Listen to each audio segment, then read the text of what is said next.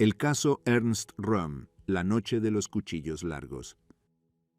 La madrugada del 30 de junio de 1934, el sonido de botas militares resonaba en los pasillos del Hotel Hanselbauer, en la localidad bávara de Bad Wiessee. Grupos de hombres armados con pistolas y ametralladoras subían las escaleras con precisión mecánica, dirigiéndose hacia habitaciones específicas. No eran soldados enemigos invadiendo territorio germano. Eran las SS, la Guardia Pretoriana de Adolf Hitler, y venían a ejecutar a sus propios camaradas. En una de esas habitaciones dormía Ernst Röhm, el hombre que había sido el brazo armado de Hitler durante más de una década, el comandante de las Sturmabteilung, las camisas pardas que aterrorizaron las calles alemanas y facilitaron el ascenso del nazismo al poder. Röhm no esperaba visitantes esa noche. Creía estar entre amigos, celebrando un periodo de descanso con sus oficiales más cercanos. No sabía que cada segundo que pasaba lo acercaba más a su ejecución. Lo que ocurrió esa noche, y durante las siguientes 72 horas, representa uno de los episodios más brutales y reveladores de la maquinaria nazi. No fue una batalla contra enemigos externos, fue una purga interna, una masacre calculada donde el régimen devoró a sus propios fundadores. Hitler ordenó el asesinato de decenas, quizás cientos de personas, incluyendo a su viejo camarada Röhm, en lo que la propaganda nazi llamaría eufemísticamente la noche de los cuchillos largos. Pero esta historia no comienza en esa madrugada sangrienta. Comienza años antes, en las trincheras de la Primera Guerra Mundial, en las cervecerías de Múnich, donde nacía un movimiento radical, en las calles donde las SA combatían a comunistas y socialistas, construyendo con violencia el camino hacia el poder.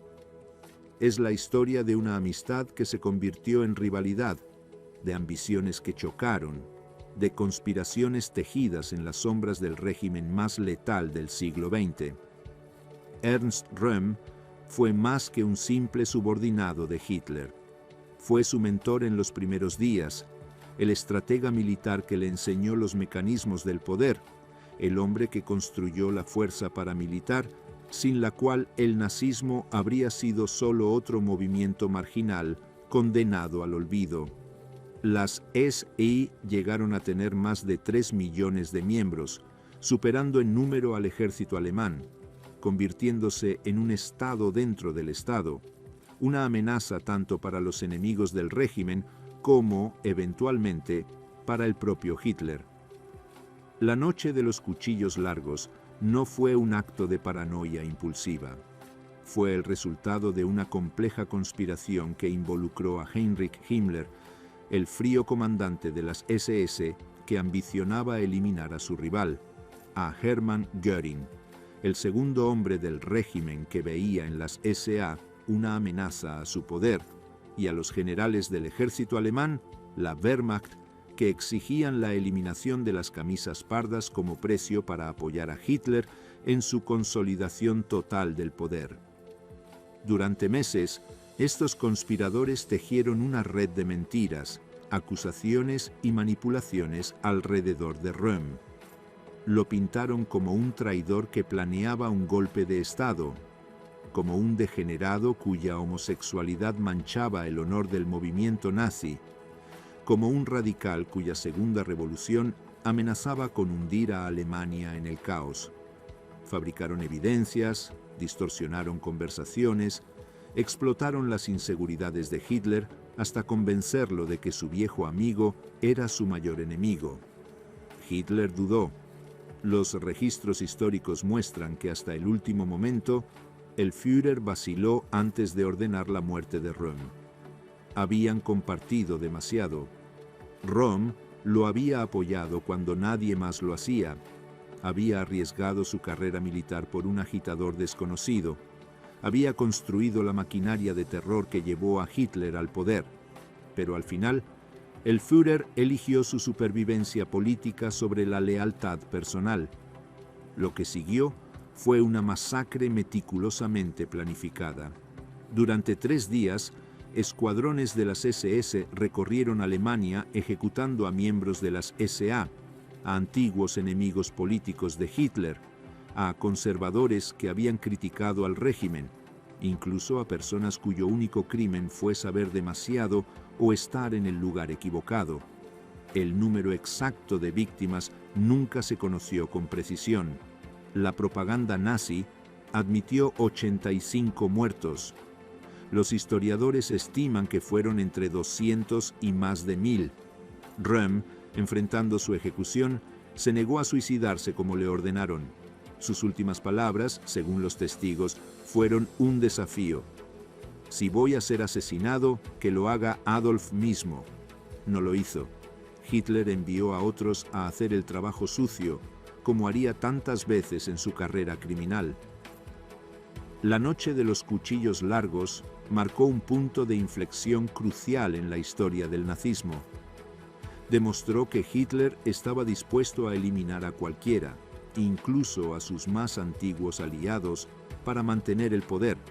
Estableció a las SS como la nueva guardia pretoriana del régimen, desplazando a las SA a un papel subordinado, y confirmó ante el ejército alemán que Hitler era un hombre de acción, capaz de tomar decisiones brutales, ganándose así el apoyo militar que necesitaría para sus futuras conquistas.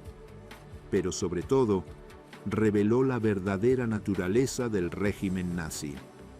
No era un movimiento ideológico cohesionado luchando por una causa noble, como proclamaba su propaganda. Era una estructura de poder despiadada, donde la traición era moneda corriente, donde las conspiraciones se tejían constantemente, donde la lealtad personal no significaba nada frente a los cálculos políticos, y donde la violencia era el lenguaje que todos hablaban con fluidez. Esta es la historia de Ernst Röhm, el soldado que se convirtió en revolucionario, el revolucionario que se convirtió en amenaza, y la amenaza que fue eliminada cuando dejó de ser útil. Es la historia de cómo el nazismo devoró a uno de sus fundadores, sentando el precedente para las innumerables traiciones y masacres que vendrían después. Es la historia de la noche de los cuchillos largos, cuando los monstruos se volvieron contra sí mismos, y Alemania cruzó un umbral del que nunca regresaría. Capítulo 1. El soldado y el agitador. Los orígenes de una alianza fatal. En 1919, Alemania era un país en ruinas psicológicas. La Primera Guerra Mundial había terminado con una derrota humillante.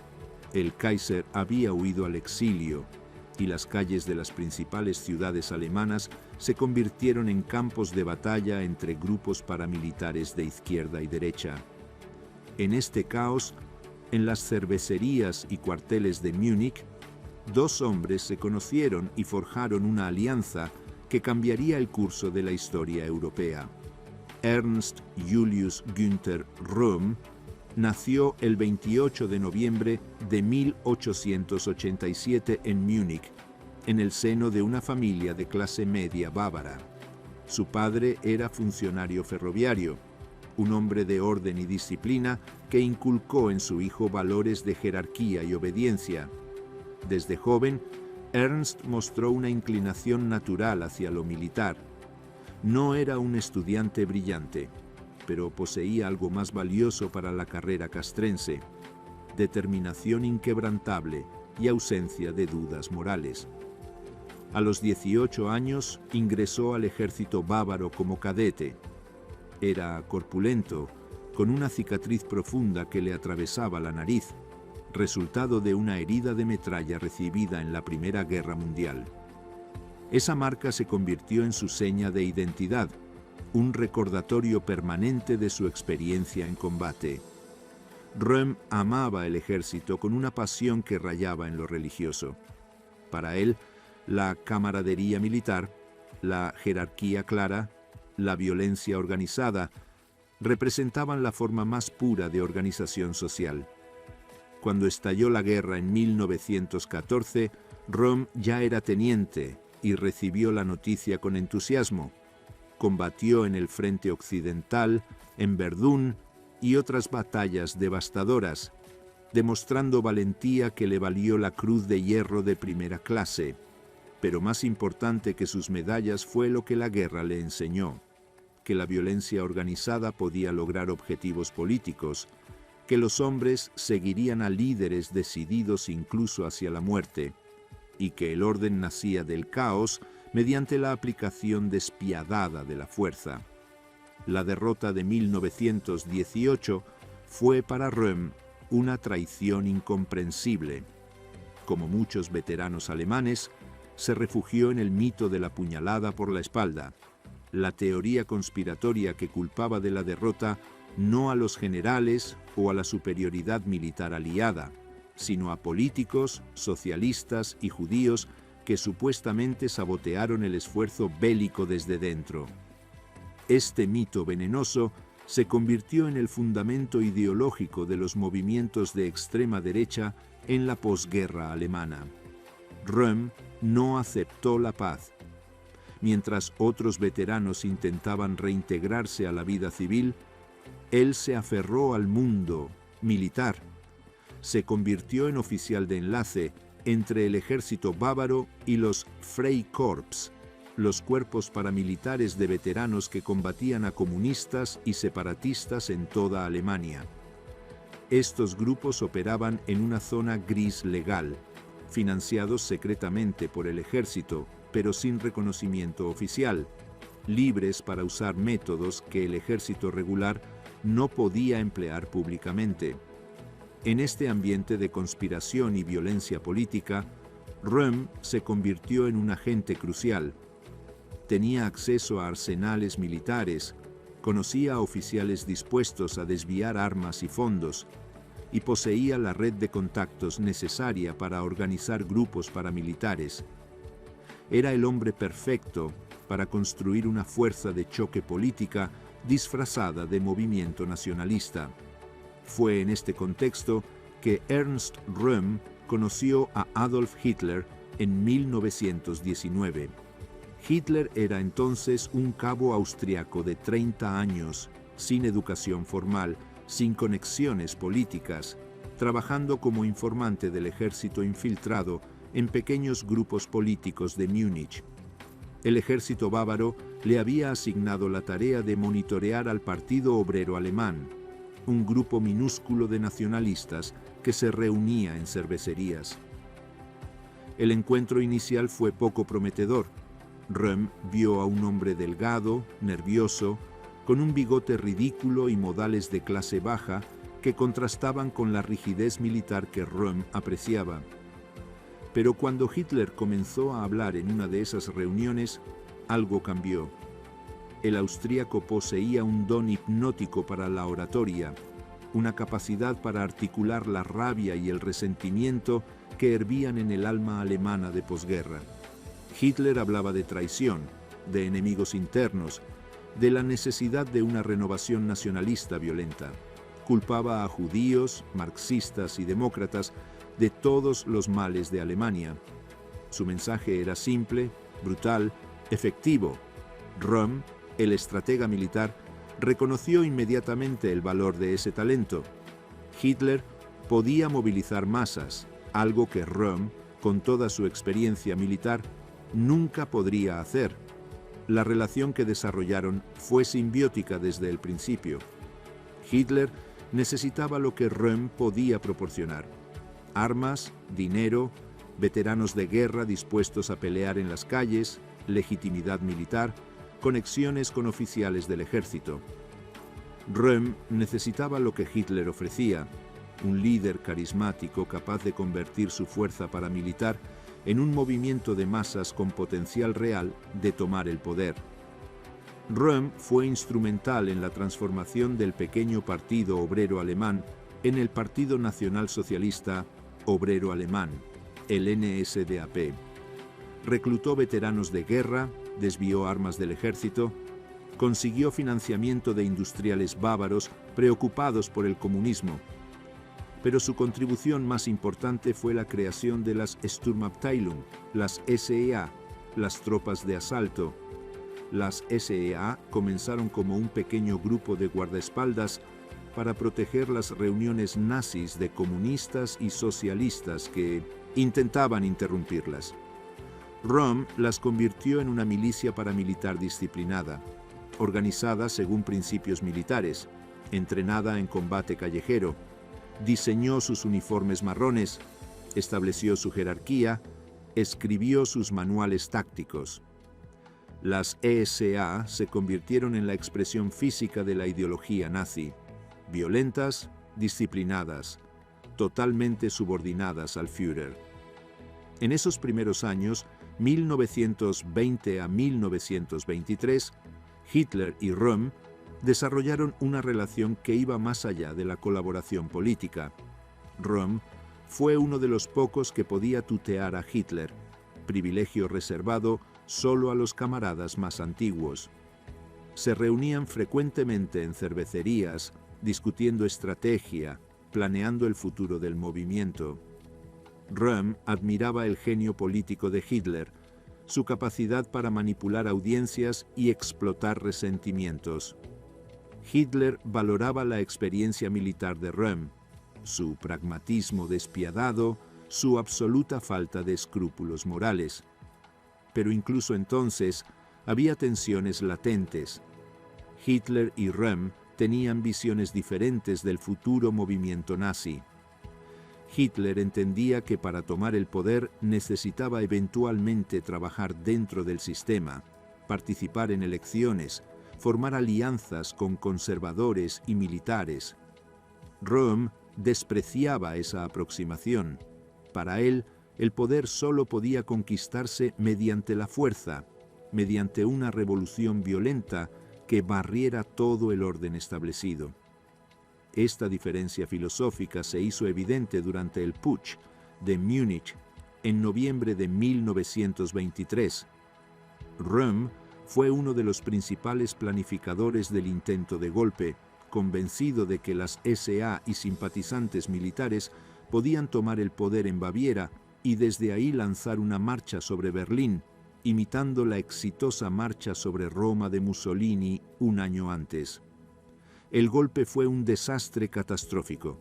Las SA marcharon hacia el centro de Múnich, chocaron con la policía bávara, y en el tiroteo resultante murieron 16 nazis y 4 policías.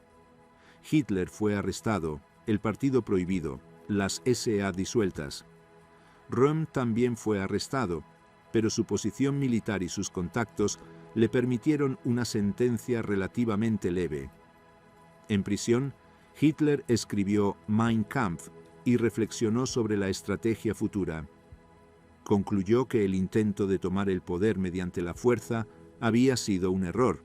A partir de ese momento, el NSDAP participaría en el sistema democrático, usando las elecciones para llegar al poder legalmente, aunque con la intención de destruir esa democracia desde dentro.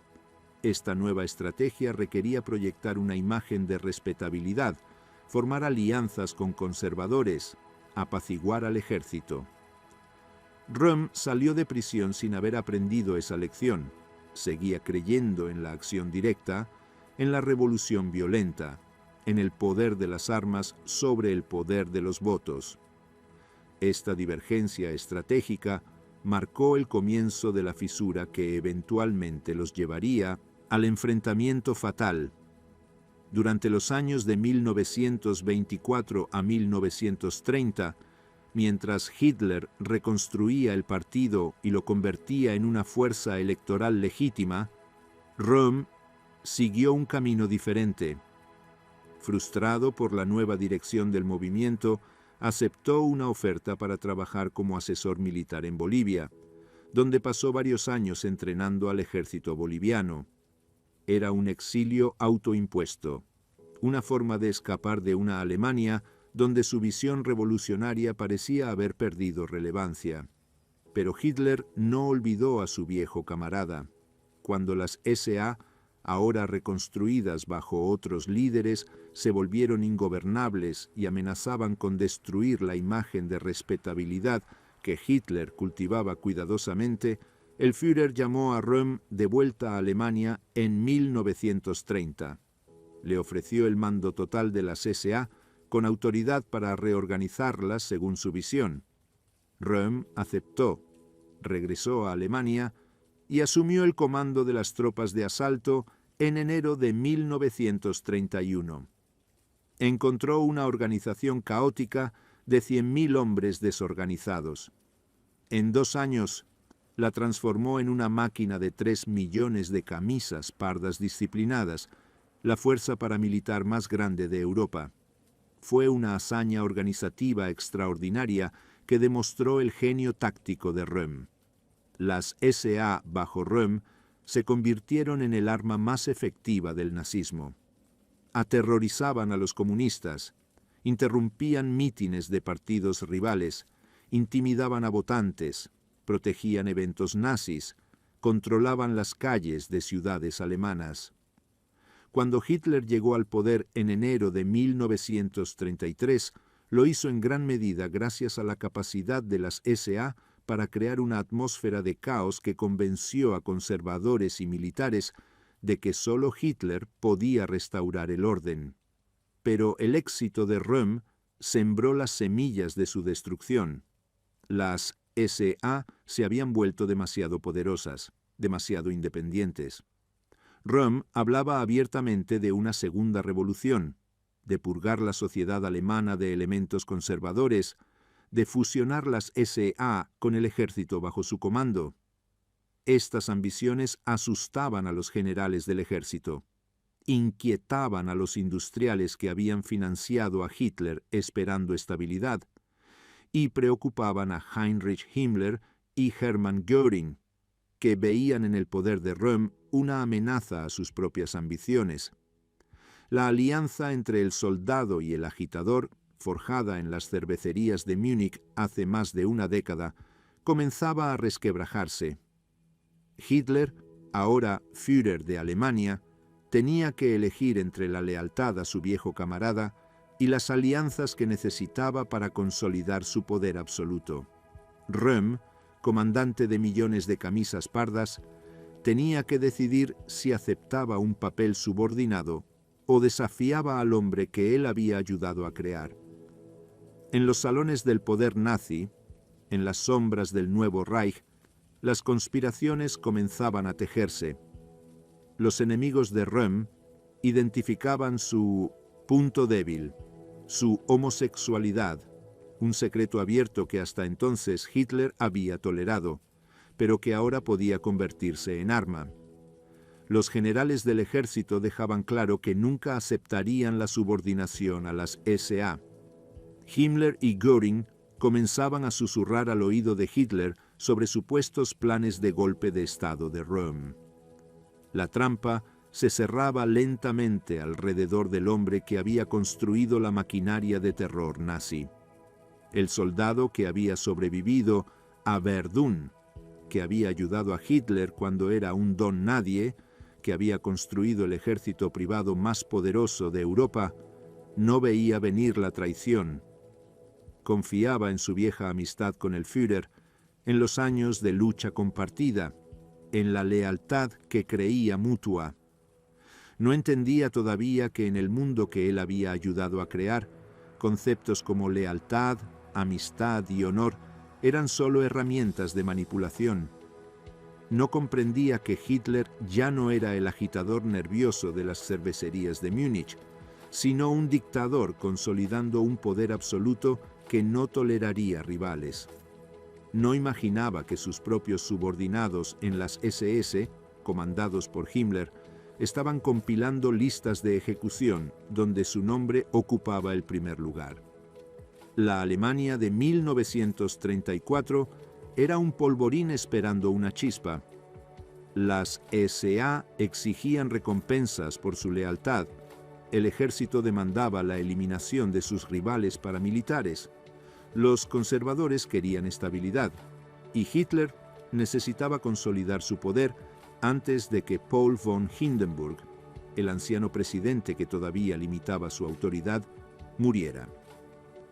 Todos los actores del drama tomaban sus posiciones. La conspiración contra Ernst Röhm entraba en su fase final. Capítulo 2. La construcción de la conspiración. Enemigos en las sombras del Reich.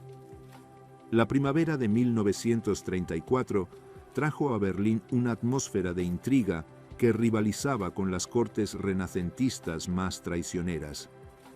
En los ministerios del gobierno, en los cuarteles de las SS, en las oficinas de la Gestapo, 3 hombres trabajaban meticulosamente para destruir a Ernst Röhm: Heinrich Himmler, Hermann Göring y Reinhard Heydrich no eran motivados por principios morales o lealtad al Estado.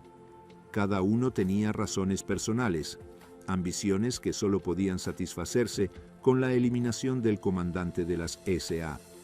Heinrich Himmler era, en apariencia, el menos impresionante de los líderes nazis.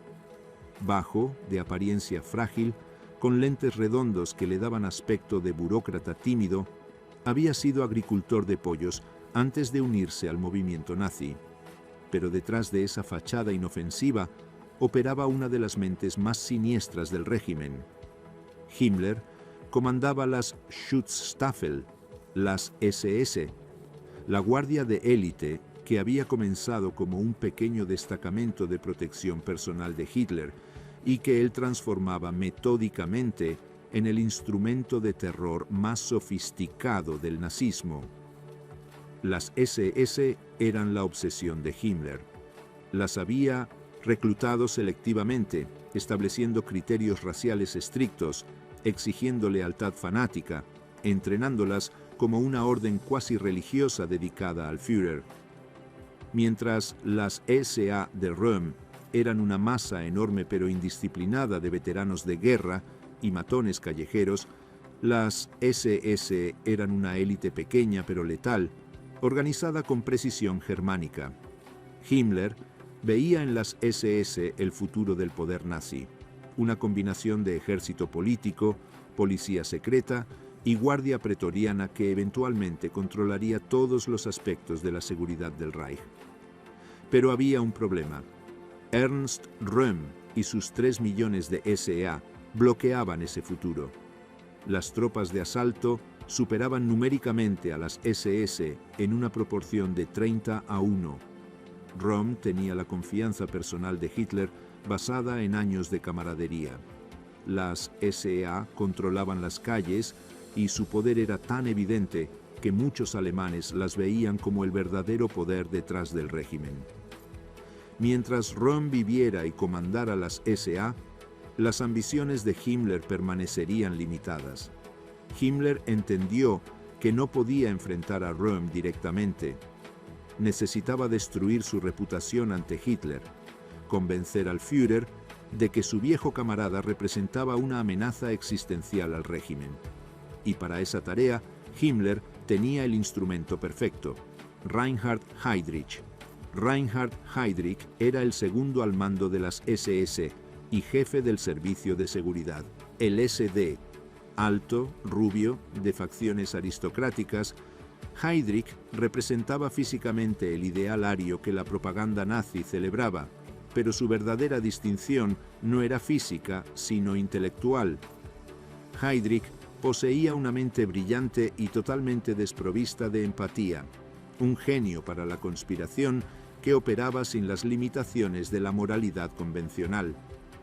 Sus subordinados le temían más que a Himmler. Incluso Hitler, que rara vez mostraba miedo, se sentía incómodo en presencia de Heydrich.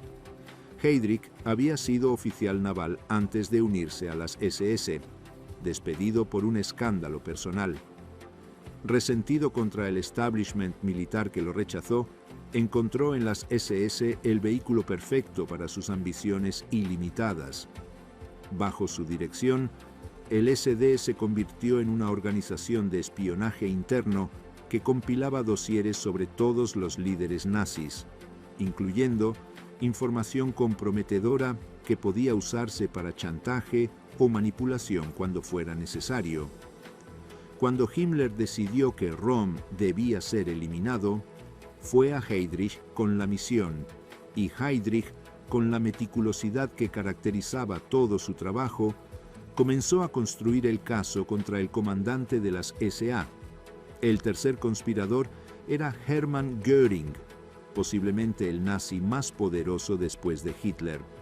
Comandante de la Luftwaffe, ministro sin cartera, presidente del Reichstag, Göring era un héroe de guerra de la Primera Guerra Mundial, condecorado con la Pour le Mérite, la máxima distinción militar alemana.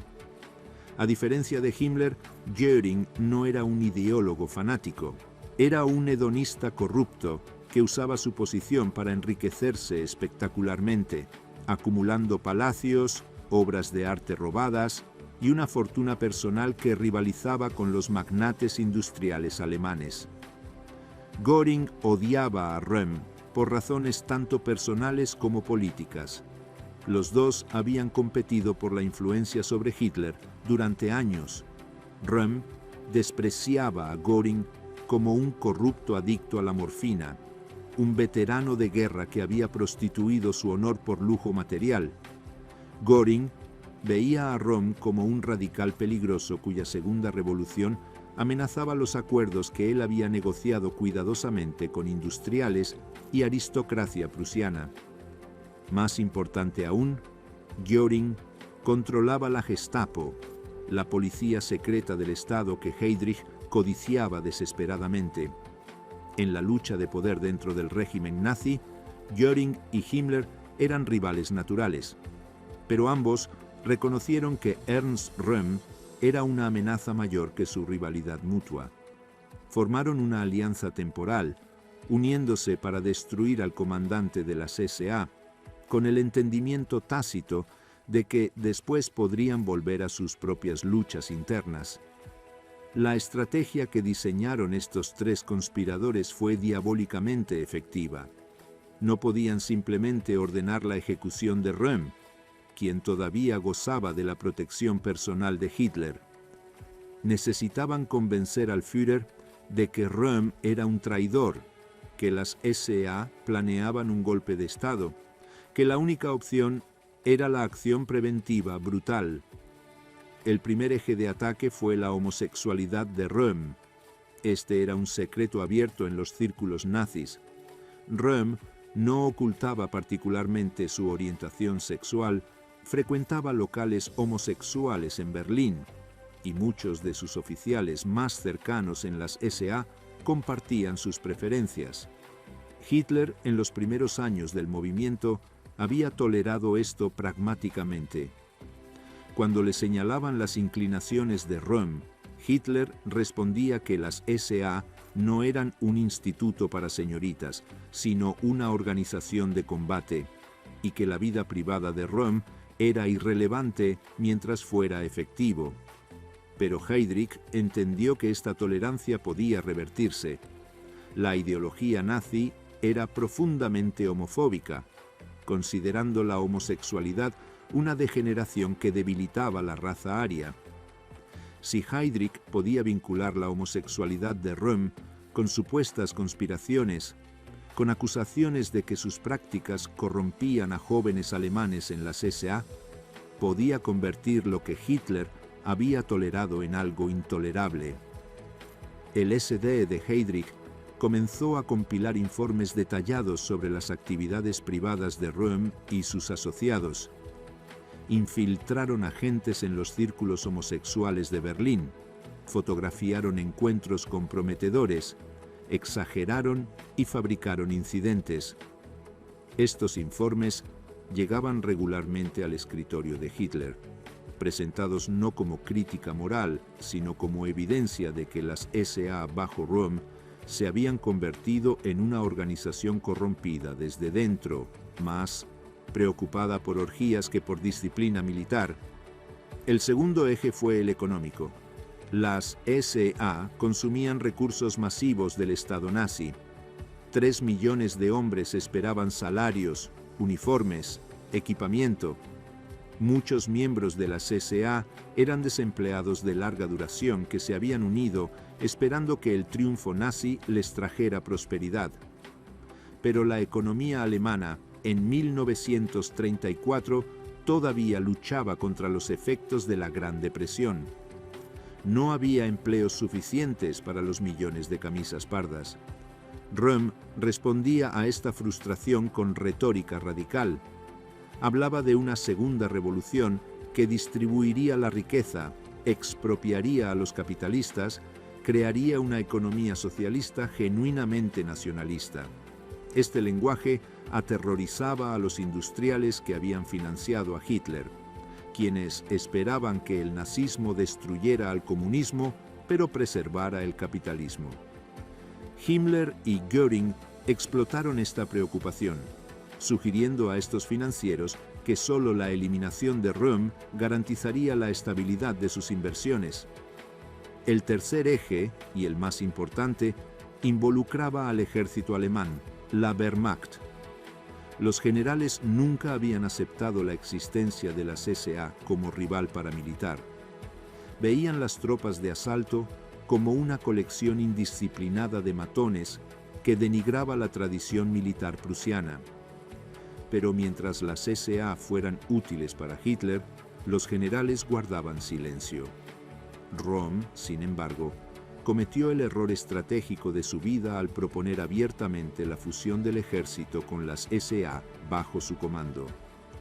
Argumentaba que la Wehrmacht, limitada a 100.000 hombres por el Tratado de Versalles, era insuficiente para las ambiciones nazis. Las SA, con 3 millones de miembros, muchos de ellos veteranos de guerra, podrían formar el núcleo de un nuevo ejército popular nacionalista. Röhm se imaginaba a sí mismo como ministro de Defensa, comandando una fuerza militar híbrida que combinaría el fervor revolucionario de las SA con la disciplina del ejército regular. Para los generales, esta propuesta era anátema.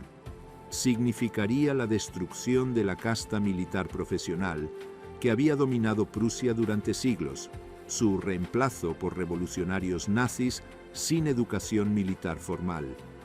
El general Werner von Blomberg, ministro de Defensa, y el general Werner von Fritsch, comandante del ejército, dejaron claro a Hitler que el ejército nunca aceptaría esto.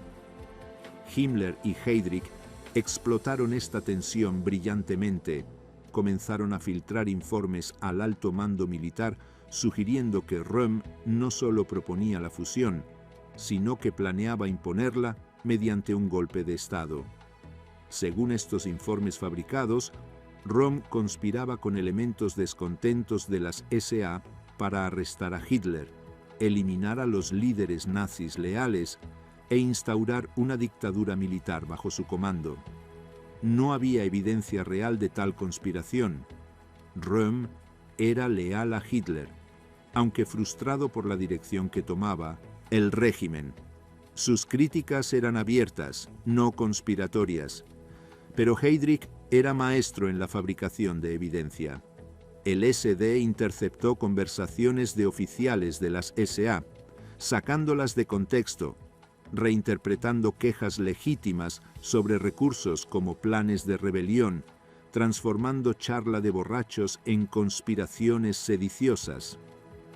Estos informes, cuidadosamente editados y presentados dramáticamente, comenzaron a acumularse ante Hitler. Cada semana traía nuevas acusaciones, nuevas supuestas evidencias de deslealtad.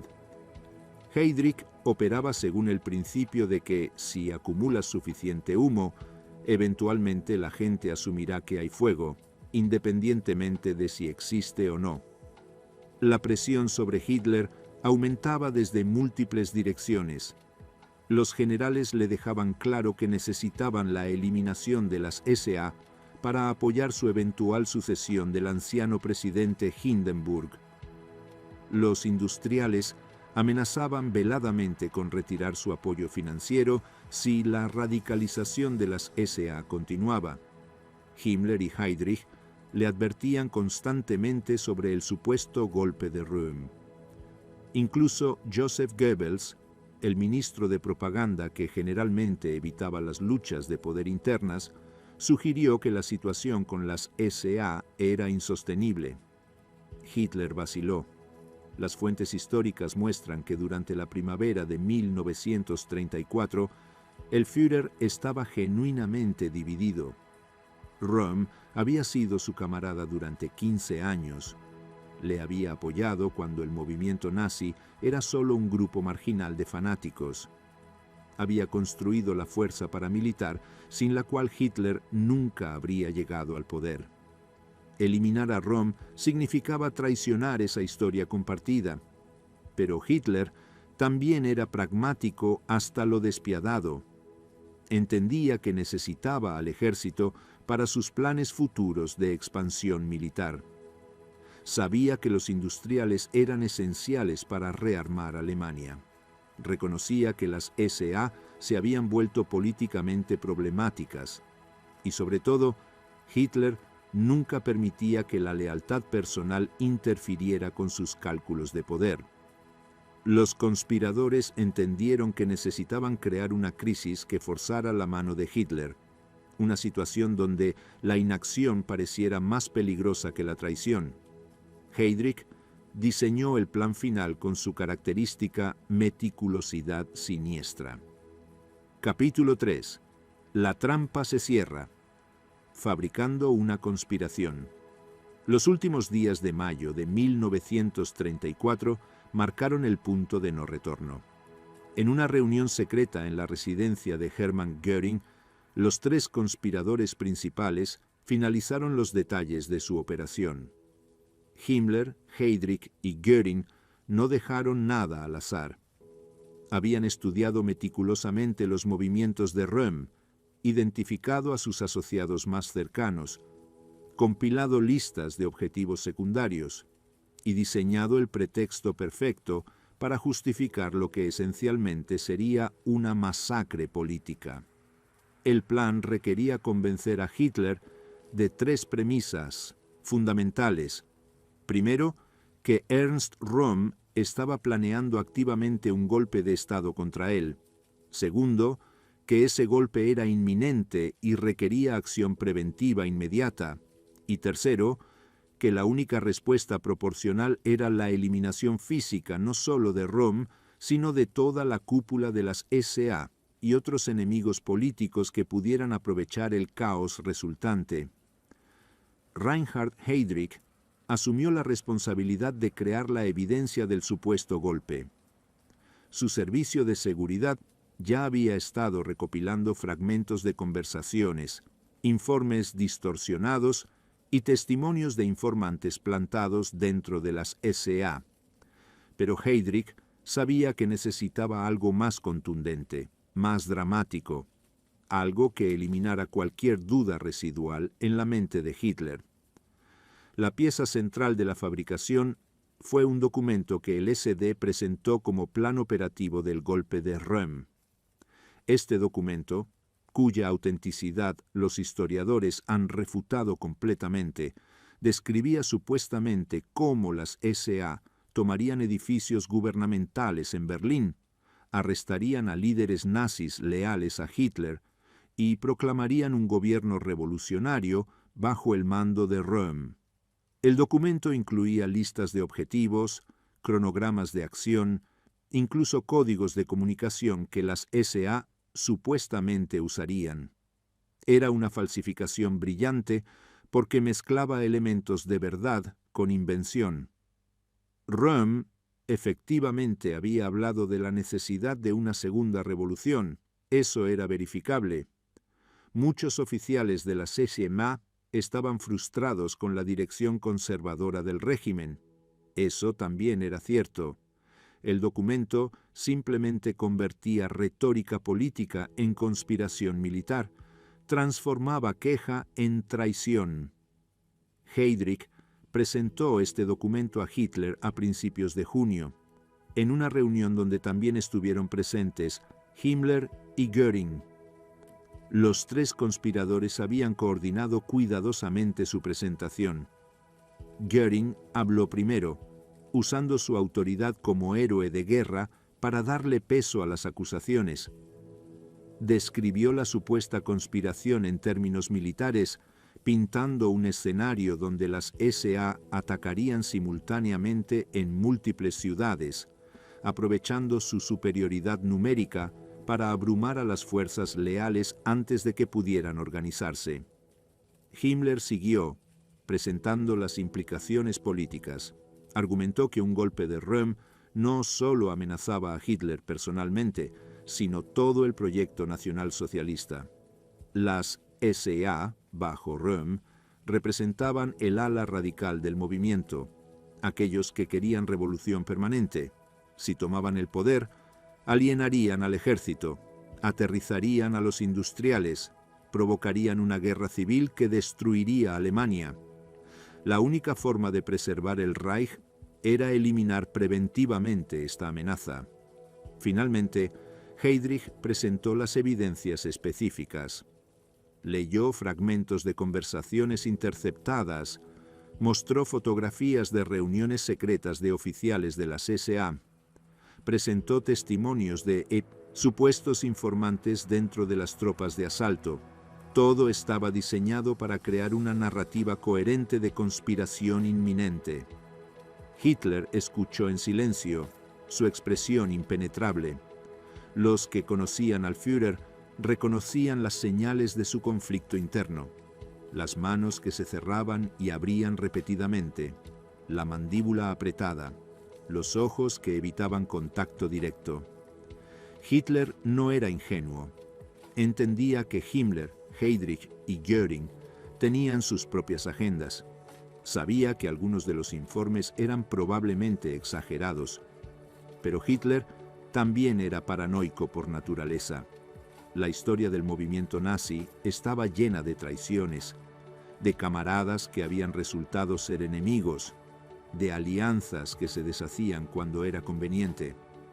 Röhm había expresado públicamente su frustración con el curso del régimen.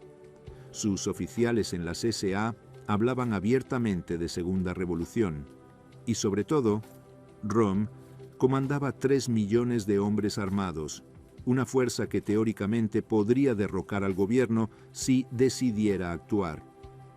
El genio de Heydrich fue entender que no necesitaba pruebas definitivas de conspiración. Solo necesitaba crear suficiente incertidumbre, suficiente duda, para que Hitler concluyera que el riesgo de no actuar era mayor que el riesgo de actuar. En el cálculo despiadado del Führer, era mejor eliminar a un aliado potencialmente leal que permitir que un enemigo potencial viviera. Pero Hitler todavía no daba la orden final. Insistió en confrontar personalmente a Röhm, en darle una oportunidad de explicarse. Los conspiradores temían que esta confrontación arruinara sus planes. Röhm podía ser brutalmente honesto, pero no era conspirador. En una conversación directa, probablemente convencería a Hitler de su lealtad. Heydrich necesitaba acelerar la crisis antes de que esa confrontación pudiera ocurrir. En coordinación con Göring, comenzó a filtrar rumores de que el golpe de las SA era inminente, cuestión de días. Informes urgentes llegaban constantemente al escritorio de Hitler, cada uno más alarmante que el anterior. Supuestos informantes dentro de las SA reportaban que Röhm había ordenado a sus tropas estar listas para movilización inmediata. Oficiales militares recibían advertencias de que las SA planeaban atacar cuarteles del ejército para apoderarse de armamento pesado. La atmósfera en Berlín se volvió febril. Los líderes nazis comenzaron a moverse con guardaespaldas adicionales. Göring incrementó la presencia de la Gestapo en las calles. Himmler puso a las SED en alerta máxima.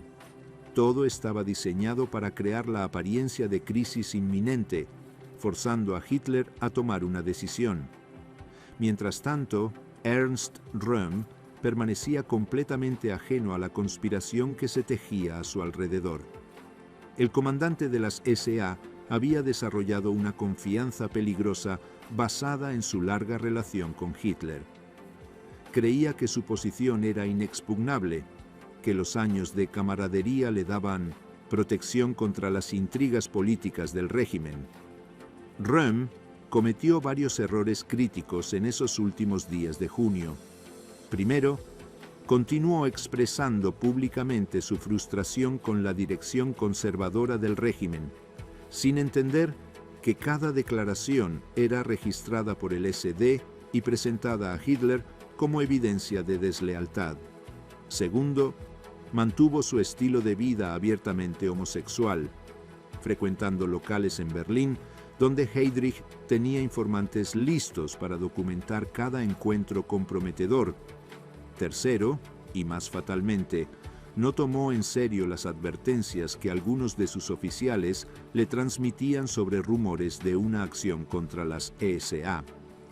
Algunos comandantes regionales de las tropas de asalto detectaron señales preocupantes.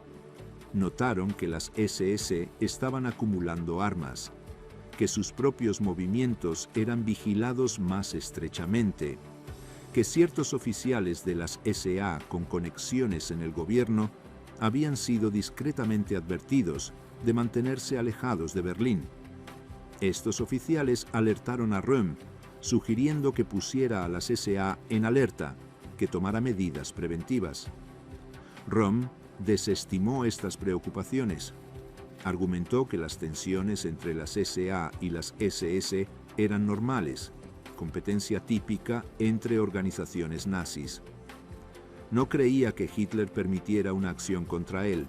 Su confianza en la lealtad personal del Führer era absoluta, basada en 15 años de historia compartida. No podía imaginar que Hitler, el hombre al que había apoyado desde sus días como agitador desconocido, ordenara su ejecución. Esta ceguera fue posiblemente el mayor triunfo de los conspiradores. Habían manipulado la situación tan hábilmente que incluso cuando la trampa se cerraba, la víctima no la veía venir.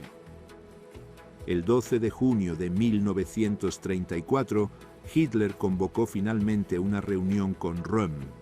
Fue un encuentro tenso en la Cancillería, con solo ambos presentes. No hay transcripción de lo que se discutió, pero según relatos posteriores de Hitler a sus asociados, confrontó a Röhm sobre los rumores de conspiración.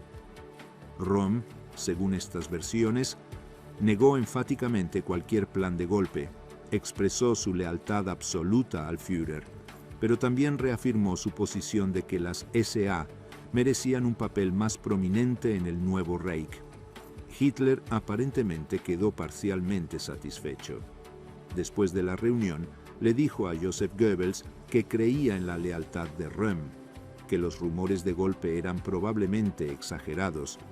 Parecía que los conspiradores habían fallado, que Röhm había sobrevivido a la crisis. Pero Heydrich no se daba por vencido tan fácilmente.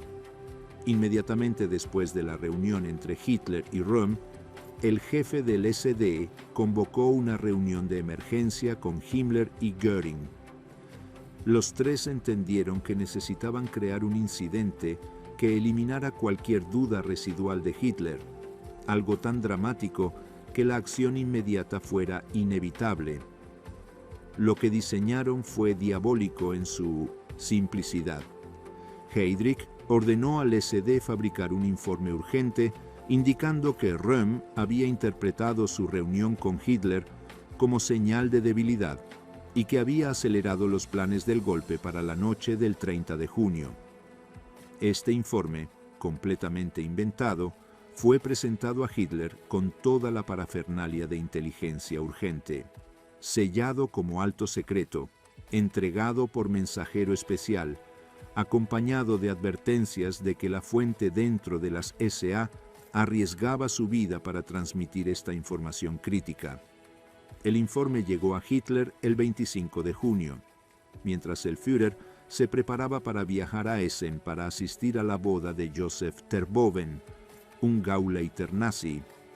Göring, quien entregó personalmente el informe, enfatizó la urgencia. Le dijo a Hitler que las SA en Múnich y otras ciudades estaban movilizándose que oficiales leales reportaban movimientos inusuales de tropas, que el golpe podría ocurrir en cualquier momento. Hitler leyó el informe y su expresión cambió. Los testigos describen que palideció, que sus manos temblaban ligeramente mientras sostenía los papeles. El Führer había cruzado finalmente el umbral psicológico. Ya no era cuestión de si actuar contra Röhm, sino cuándo y cómo.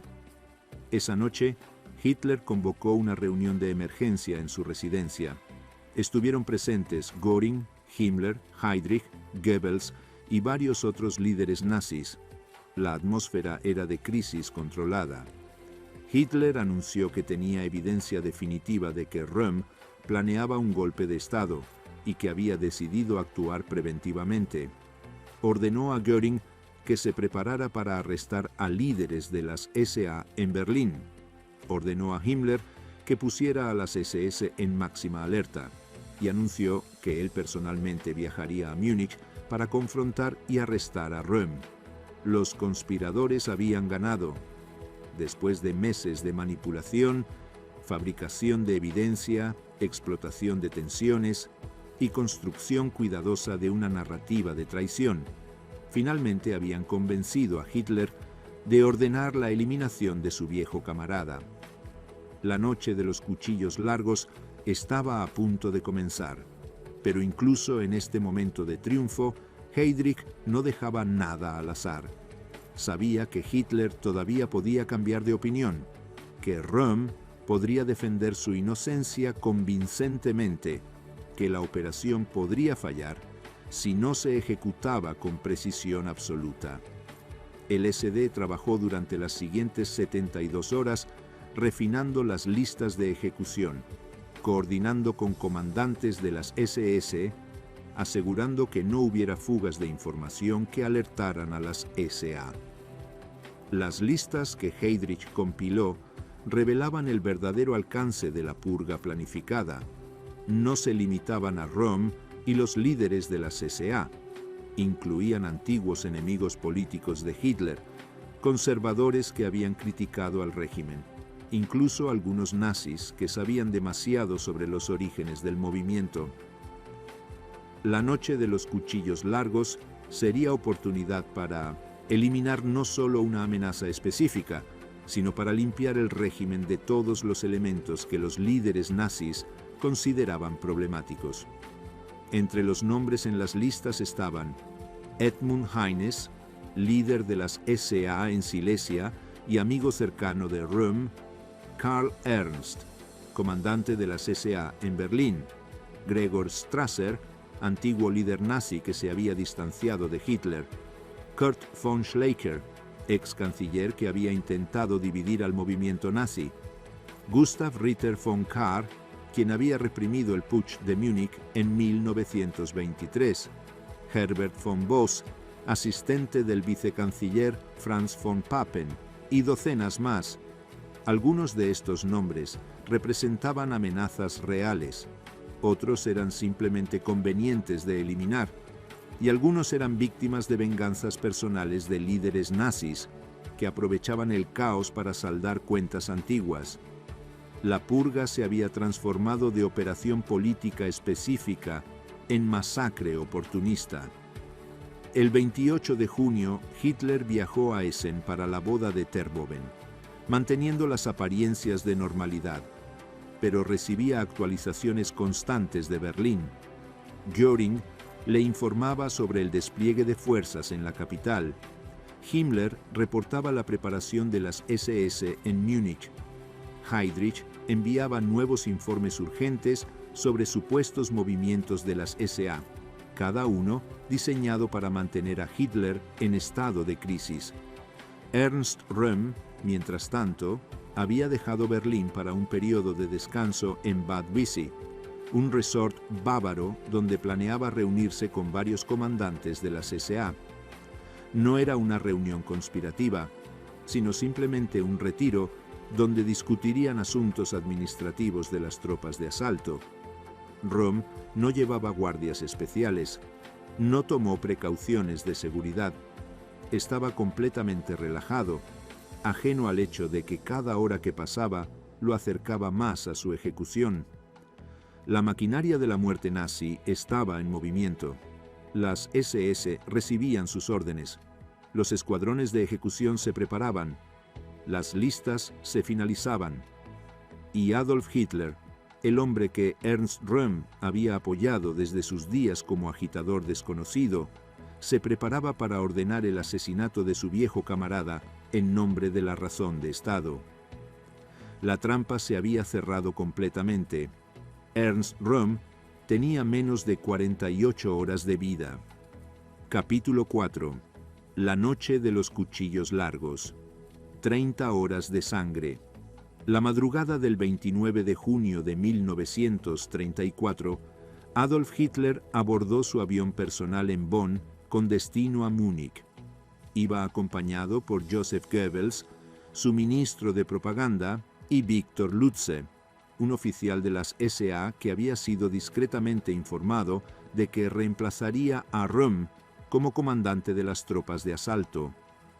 Durante el vuelo, Hitler permaneció inusualmente silencioso, mirando por la ventanilla hacia las nubes. Goebbels, en sus diarios, describió que el Führer parecía sumido en profunda reflexión, luchando todavía con la decisión que estaba a punto de ejecutar. El avión aterrizó en Múnich alrededor de las 4 de la madrugada del 30 de junio. Un convoy de vehículos negros esperaba en la pista, ocupados por oficiales de las SS especialmente seleccionados por Himmler. Estos hombres habían sido instruidos sobre la misión apenas horas antes: arrestar y potencialmente ejecutar a los líderes de las SA en Bad Wiessee. Portaban pistolas, ametralladoras y una lista de nombres proporcionada por Heydrich. Hitler subió al primer vehículo y el convoy partió hacia Bad Wiessee, a unos 60 kilómetros al sur de Múnich. Durante el trayecto, el Führer recibió un informe de última hora desde Berlín. Göring le comunicaba que había detectado movimientos de las SA en la capital, que grupos de camisas pardas se estaban concentrando en ciertos puntos estratégicos. Este informe, fabricado completamente por Heydrich para eliminar cualquier vacilación residual de Hitler, tuvo el efecto deseado. El Führer ordenó al conductor acelerar. El convoy llegó al Hotel Hanselbauer en Bad Wiessee, aproximadamente a las 6:30 de la mañana. Era un edificio tranquilo, situado junto al lago Tegernsee, popular entre la élite bávara como destino de descanso. Esa mañana albergaba a Ernst Röhm y varios de sus comandantes más cercanos de las SA, que habían llegado el día anterior para lo que creían sería una reunión rutinaria de planificación. Lo que ocurrió en las siguientes 2 horas se convirtió en uno de los episodios más brutales y reveladores de la historia nazi. Hitler entró personalmente al hotel, pistola en mano, seguido por sus guardaespaldas de las EES. El personal del hotel, aterrorizado, fue ordenado permanecer en sus habitaciones.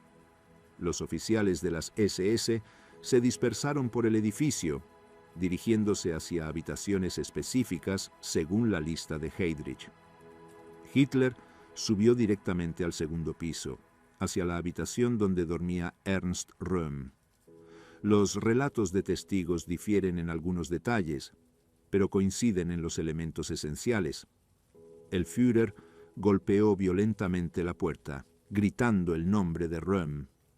Cuando el comandante de las SA abrió la puerta, aturdido por el sueño y confundido por la presencia de Hitler, el Führer le gritó que estaba arrestado por traición.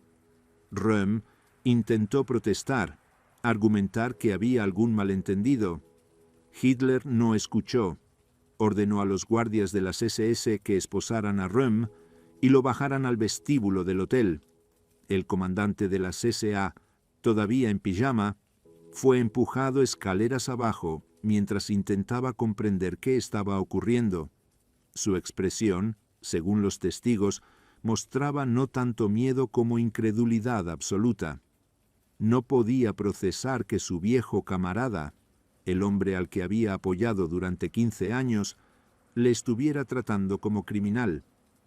Mientras Röhm era arrestado, los oficiales de las SS irrumpían en otras habitaciones del hotel.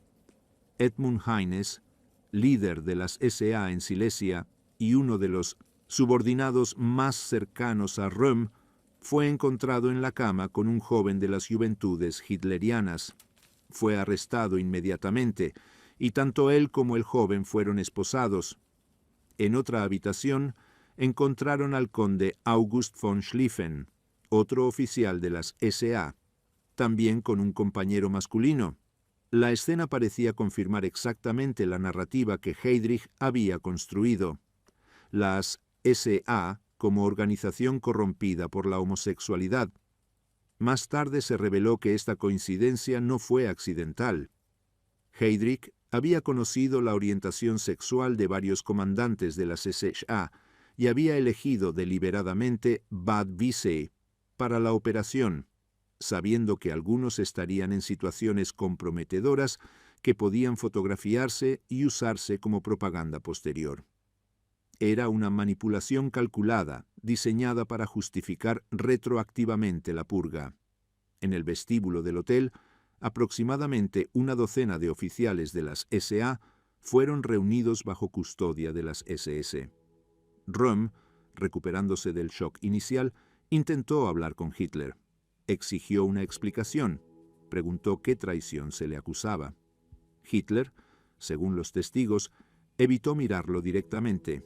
Simplemente repitió que Röhm había conspirado contra él, que las SA habían planeado un golpe, que la evidencia era irrefutable. Röhm negó enfáticamente cualquier conspiración. Argumentó que su lealtad a Hitler era absoluta, que había dedicado su vida al movimiento nacional socialista, que cualquier crítica que hubiera expresado era en el contexto de debate político legítimo dentro del partido. Sus protestas fueron ignoradas. Hitler ordenó que todos los arrestados fueran trasladados inmediatamente a la prisión de Stadelheim en Múnich. El convoy salió de Bad Wiessee alrededor de las 8 de la mañana. Durante el trayecto, Röhm permaneció mayormente silencioso, mirando por la ventanilla del vehículo. Los oficiales de las SS que lo custodiaban reportaron posteriormente que parecía sumido en profunda reflexión, quizás finalmente comprendiendo que su vida llegaba a su fin, quizás todavía esperando que Hitler recapacitara. Mientras el grupo de Bad Wiessee era trasladado a Múnich, eventos paralelos se desarrollaban en Berlín. Hermann Göring había asumido el comando de la operación en la capital, coordinándose constantemente con Heydrich. Alrededor de las 7 de la mañana del 30 de junio, escuadrones de las SS y la Gestapo comenzaron una serie de arrestos simultáneos en toda la ciudad. Karl Ernst, comandante de las SA en Berlín, fue arrestado mientras se preparaba para abordar un barco hacia su luna de miel. Había contraído matrimonio apenas días antes, completamente ajeno a la conspiración que se tejía contra él.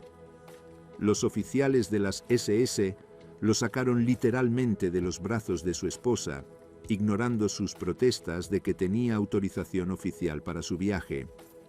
Fue llevado a la sede de la Gestapo en la Prinz Albrecht Straße, donde Heydrich personalmente supervisaba los interrogatorios. Pero la purga en Berlín no se limitó a miembros de las SA. Göring y Heydrich aprovecharon el caos para eliminar otros enemigos del régimen. Kurt von Schleicher, ex canciller de Alemania, que había intentado dividir al movimiento nazi en 1932, recibió visitantes inesperados en su casa suburbana. Un escuadrón de las SS llegó alrededor del mediodía, afirmando tener orden de arresto. Cuando Schleicher protestó, mostrando su rango militar y exigiendo ver la orden, los oficiales de las SS simplemente abrieron fuego. Schleicher murió instantáneamente. Su esposa, Elisabeth, intentó proteger a su marido, y también recibió disparos, muriendo poco después. El asesinato de una mujer que claramente no representaba amenaza alguna reveló la verdadera naturaleza de la operación. No era una acción legal contra conspiradores, sino una masacre política sin restricciones legales o morales. Gregor Strasser, quien había sido segundo hombre del partido nazi hasta su ruptura con Hitler en 1932, fue arrestado en su casa en Berlín. Strasser representaba el ala más socialista del nacionalsocialismo, y su creciente crítica al curso conservador del régimen lo había convertido en objetivo de Göring y Heydrich. Fue llevado a la sede de la Gestapo, donde fue ejecutado de un disparo en la nuca en su celda. Su cuerpo fue dejado sangrando durante horas antes de ser finalmente removido, una humillación deliberada del hombre que alguna vez había sido rival de Hitler por el liderazgo del movimiento. Gustav Ritter von Kahr, de 73 años, pagó el precio de haber reprimido el putsch de Múnich 11 años antes. Aunque era un anciano retirado sin poder político alguno, Hitler guardaba rencor por su intervención en 1923. Un escuadrón de las SS lo secuestró de su casa cerca de Múnich, lo llevó a un pantano aislado y lo asesinó con particular brutalidad. Su cuerpo fue encontrado días después con múltiples heridas de hacha, un nivel de violencia que superaba la simple ejecución y revelaba venganza personal sádica. Herbert von Bose, jefe de prensa del vicecanciller Franz von Papen, fue asesinado en su oficina gubernamental.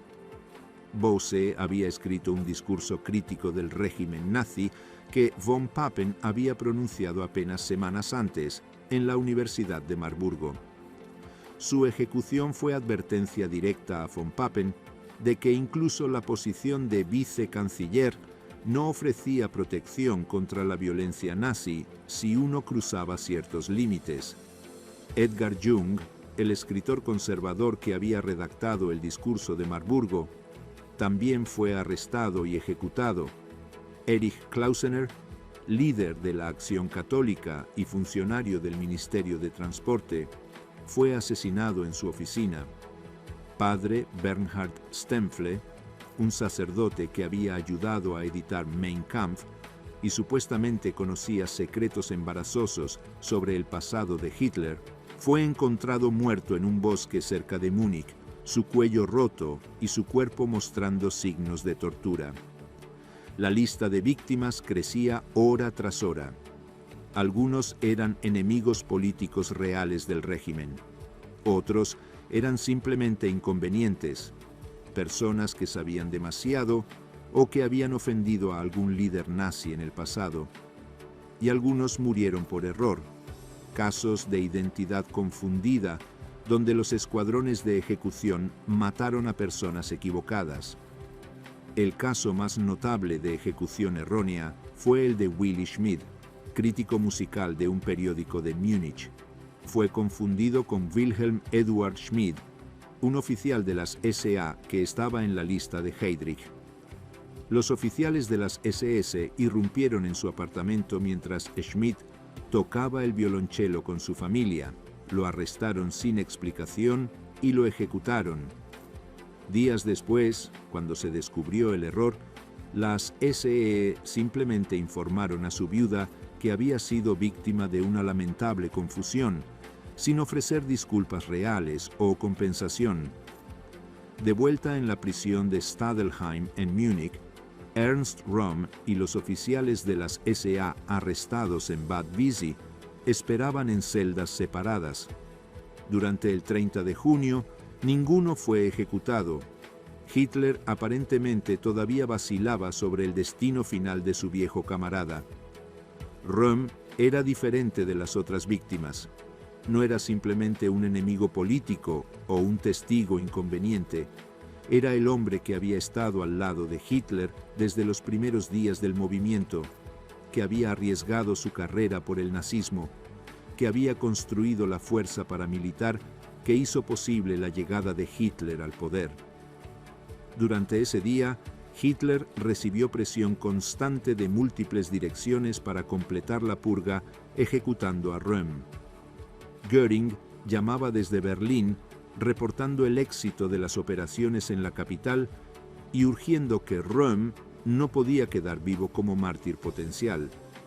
Himmler argumentaba que dejar vivir a Röhm socavaría toda la operación, sugiriendo que Hitler había dudado y podía ser débil.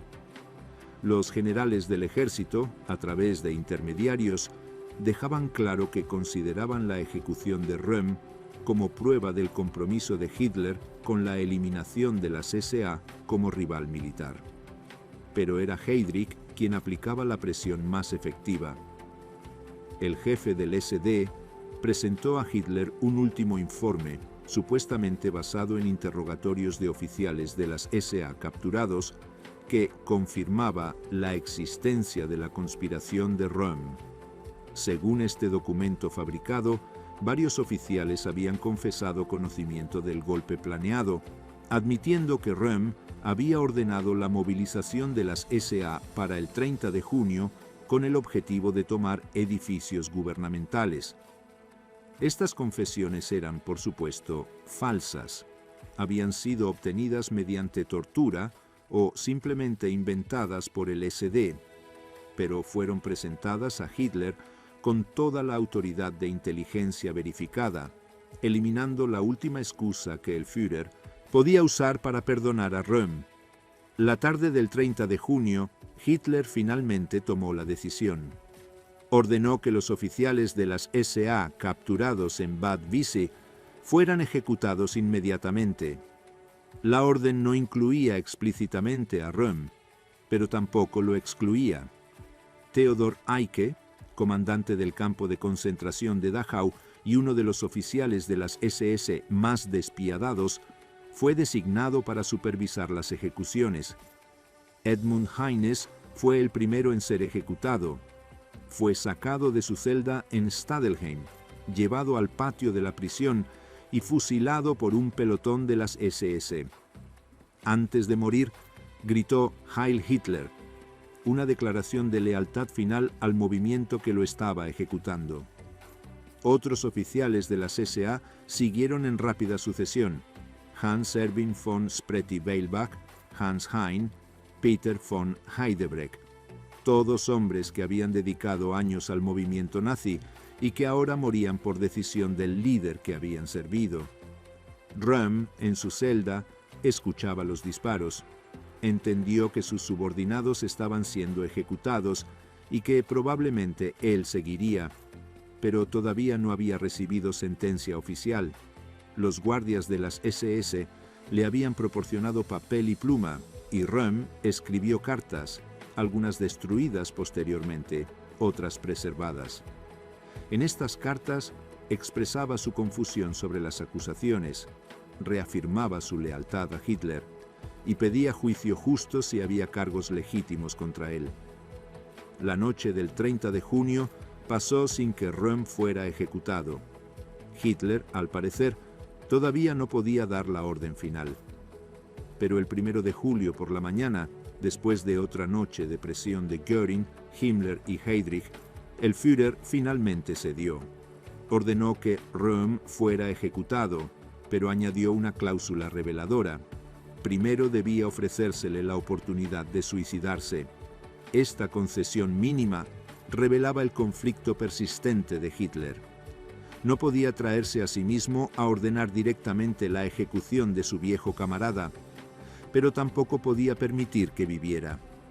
Theodor Eicke recibió la orden y procedió a la celda de Röhm acompañado por su ayudante, Michael Lippert. Entraron a la celda donde Röhm estaba sentado en su catre, todavía en la ropa con la que había sido arrestado días antes. Eicke colocó una pistola cargada sobre la mesa de la celda y anunció que Röhm tenía 10 minutos para usarla. Luego salió, cerrando la puerta. Los minutos pasaron en silencio. Röhm miró la pistola pero no la tocó. Cuando Eicke regresó después de los 10 minutos asignados, encontró a Röhm de pie, con el pecho desnudo, en una postura deliberadamente desafiante. Según el testimonio posterior de Eicke en los juicios de Nuremberg, las últimas palabras de Röhm fueron: «Si voy a ser asesinado, que lo haga Adolf mismo». Eicke y Lippert levantaron sus pistolas y dispararon. Röhm cayó, pero no murió instantáneamente. Los disparos no habían sido letales de inmediato. Eicke se acercó y le disparó un tiro final en la cabeza a quemarropa. Ernst Röhm, el hombre que había construido las SA, que había sido mentor de Hitler, que había dedicado su vida al nacionalsocialismo, murió en una celda de prisión, ejecutado por sus propios camaradas. Tenía 46 años. Las ejecuciones continuaron durante el 1 y 2 de julio. En Berlín, Göring supervisaba personalmente algunas de las muertes, demostrando particular satisfacción en la eliminación de antiguos rivales. Karl Ernst fue ejecutado fuera de Berlín después de ser transportado en un largo y aterrador viaje, donde fue forzado a cavar su propia tumba. Sus últimas palabras fueron «Heil Hitler», un eco de la lealtad inquebrantable que muchas víctimas mantenían incluso frente a su ejecución injusta. El número exacto de personas asesinadas durante la noche de los cuchillos largos nunca se determinó con precisión. La propaganda nazi admitió oficialmente 85 muertos. Investigaciones históricas posteriores estiman entre 150 y 400. Algunos historiadores sugieren que el número real podría superar 1000 si se incluyen ejecuciones no documentadas en provincias remotas, donde comandantes locales de las SS aprovecharon el caos para eliminar enemigos personales. La masacre finalmente cesó el 2 de julio cuando Hitler, satisfecho de que la amenaza había sido eliminada, ordenó el fin de las operaciones. Emitió un comunicado oficial justificando las ejecuciones como respuesta necesaria a una conspiración traicionera de las SA. El comunicado, redactado por Goebbels, pintaba a Röhm y sus asociados como degenerados que habían traicionado la confianza del Führer, planeado un golpe de Estado y comprometido la seguridad del Reich con su comportamiento inmoral. La propaganda fue extraordinariamente efectiva. La mayoría de los alemanes aceptaron la narrativa oficial. Las SA habían sido impopulares entre muchos sectores de la sociedad alemana, vistas como matones violentos e indisciplinados. Su eliminación fue recibida con alivio por muchos conservadores, militares e incluso ciudadanos comunes que esperaban que marcara el fin del periodo revolucionario y el comienzo de una estabilidad relativa. El ejército alemán expresó públicamente su satisfacción. El general Werner von Blomberg, ministro de Defensa, publicó un comunicado agradeciendo a Hitler por su acción decisiva. Los generales habían obtenido lo que querían, la neutralización de las SA como rival militar. A cambio, estaban preparados para apoyar a Hitler en su consolidación final del poder cuando muriera el presidente Hindenburg. Las SA sobrevivieron como organización, pero fueron relegadas a un papel subordinado. Viktor Lutze, el nuevo comandante designado por Hitler, era un hombre débil sin la personalidad o la ambición de Röhm. Bajo su liderazgo, las SA se convirtieron en poco más que una organización ceremonial, participando en desfiles, pero sin poder político real. Su membresía declinó rápidamente de 3 millones a menos de 1 millón en los años siguientes. Las verdaderas ganadoras de la purga fueron las SS de Himmler. El 20 de julio de 1934, Hitler emitió un decreto separando oficialmente a las SS de las SA y elevándolas a organización independiente bajo su comando personal. Himmler había logrado su objetivo. Las SS se convirtieron en la nueva guardia pretoriana del régimen, con autoridad en expansión que eventualmente abarcaría la policía secreta, los campos de concentración y las unidades militares de élite conocidas como Waffen-SS. Heydrich también fue recompensado por su papel crucial en la conspiración. Asumió control adicional sobre servicios de inteligencia y seguridad, consolidando su posición como el hombre más temido del Reich después de Himmler. Su reputación de eficiencia despiadada estaba ahora establecida y usaría los métodos perfeccionados durante la noche de los cuchillos largos repetidamente en los años venideros. Göring expandió su poder sobre la Gestapo y las fuerzas policiales, aunque eventualmente perdería este control ante Himmler en la lucha de poder continua entre líderes nazis. Pero en el verano de 1934, Göring era indiscutiblemente el segundo hombre del régimen, y la purga había eliminado potenciales rivales para esa posición. Para Adolf Hitler, la noche de los cuchillos largos representó su consolidación final como dictador absoluto de Alemania. Había demostrado que estaba dispuesto a eliminar a cualquiera, incluso a sus más antiguos camaradas, para mantener el poder. Había probado al ejército que era hombre de acción, capaz de decisiones brutales, y había establecido un precedente aterrador. En el Tercer Reich, la lealtad personal no garantizaba seguridad, y la violencia extralegal era herramienta legítima del Estado cuando el Führer lo considerara necesario. Capítulo 5. El legado de la traición, como la noche de los cuchillos largos, definió el Tercer Reich. El 3 de julio de 1934, Adolf Hitler compareció ante el Reichstag para justificar oficialmente las ejecuciones masivas que habían sacudido a Alemania durante los 3 días anteriores. El Parlamento alemán, ya completamente domesticado por el régimen nazi, se reunió en sesión extraordinaria para escuchar al Führer explicar por qué había ordenado la muerte de decenas, quizás cientos de personas, sin juicio, sin proceso legal, basándose únicamente en su autoridad personal. El discurso de Hitler fue una obra maestra de manipulación retórica. Habló durante más de 2 horas, alternando entre justificación política, sentimentalismo personal y amenazas veladas. Describió a Ernst Röhm como traidor que había conspirado contra él a pesar de años de amistad.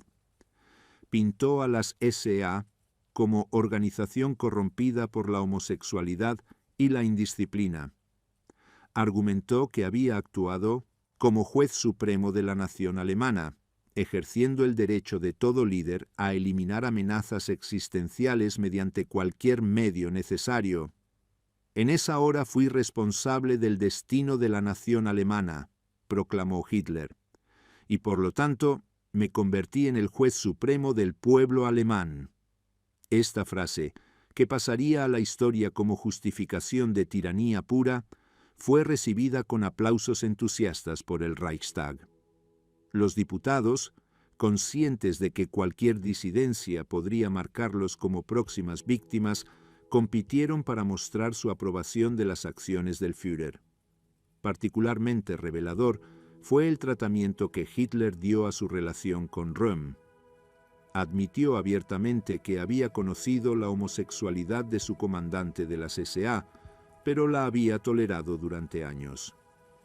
«Es difícil y doloroso», dijo Hitler, con voz aparentemente quebrada por la emoción, cuando un hombre en quien has confiado durante décadas, a quien has honrado con tu amistad, resulta ser un traidor.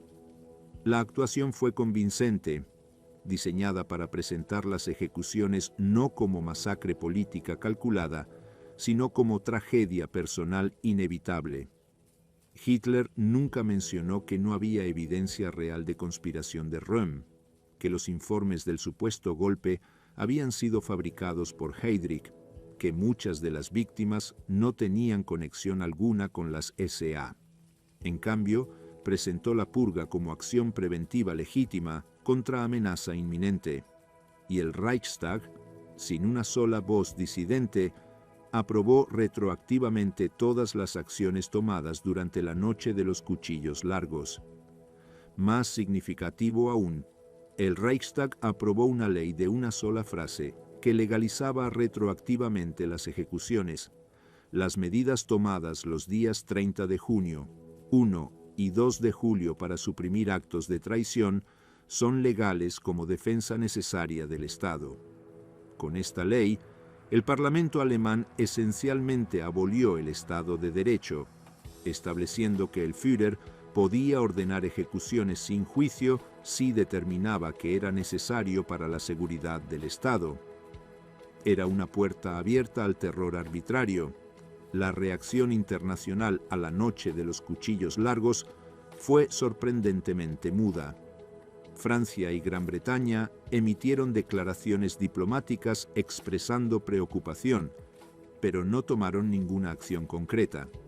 Estados Unidos, todavía sumido en la Gran Depresión y profundamente aislacionista, apenas comentó sobre los eventos.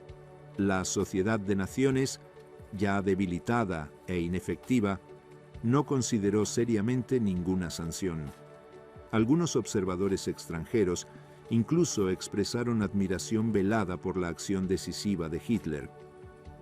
El periódico británico Times publicó un editorial sugiriendo que Hitler había mostrado coraje al eliminar elementos radicales de su propio movimiento. Esta respuesta revelaba una trágica ingenuidad sobre la verdadera naturaleza del régimen nazi, una disposición a creer en la propaganda alemana que describía la purga como restauración del orden en lugar de masacre política. Dentro de Alemania, la reacción pública fue mayormente de alivio y aprobación.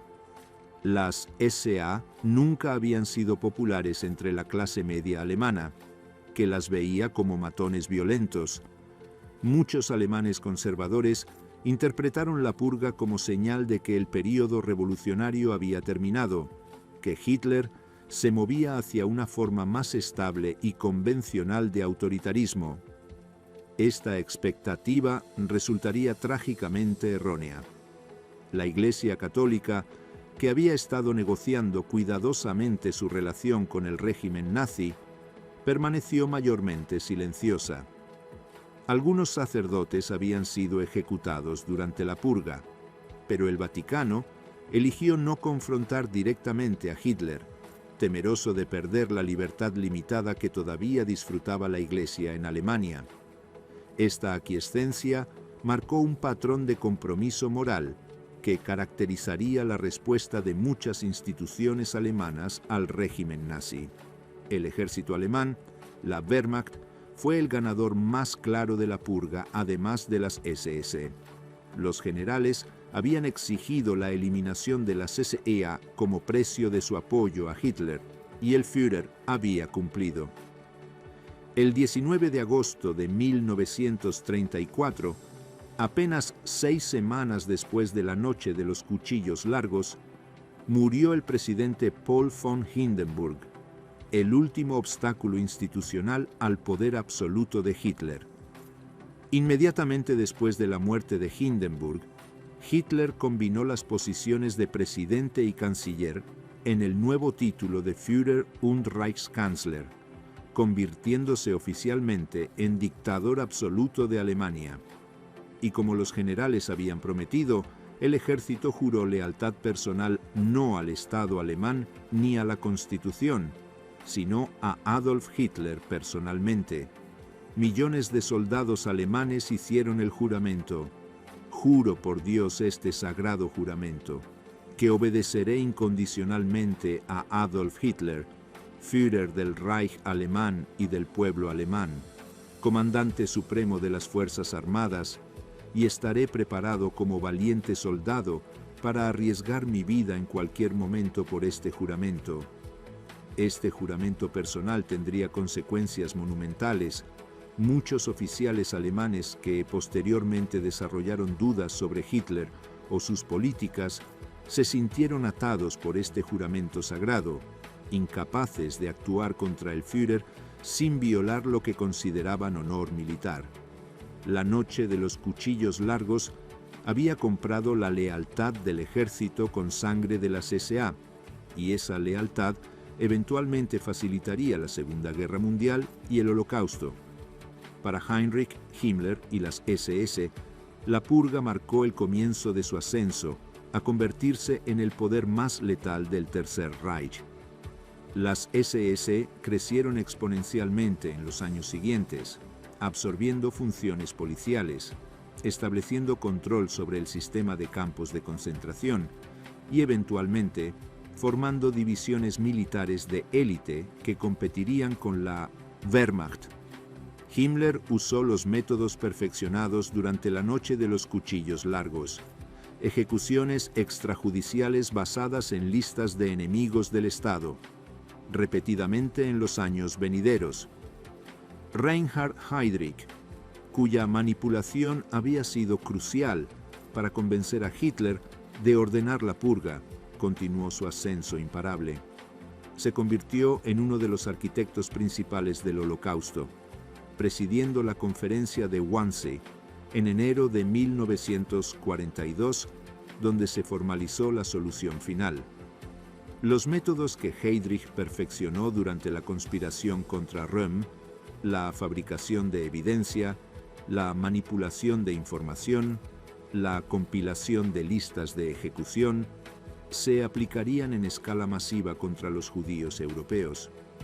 La noche de los cuchillos largos estableció varios precedentes que definirían el funcionamiento del Tercer Reich durante sus 12 años de existencia.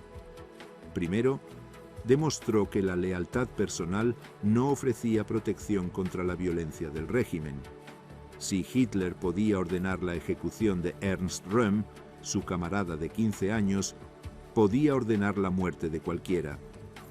Esta lección no se perdió entre los líderes nazis, quienes desarrollaron paranoia constante sobre su propia seguridad. Segundo, estableció la violencia extralegal como herramienta normal del Estado. Antes de la purga, el régimen nazi había operado al menos nominalmente dentro de un marco legal, aunque manipulado y distorsionado.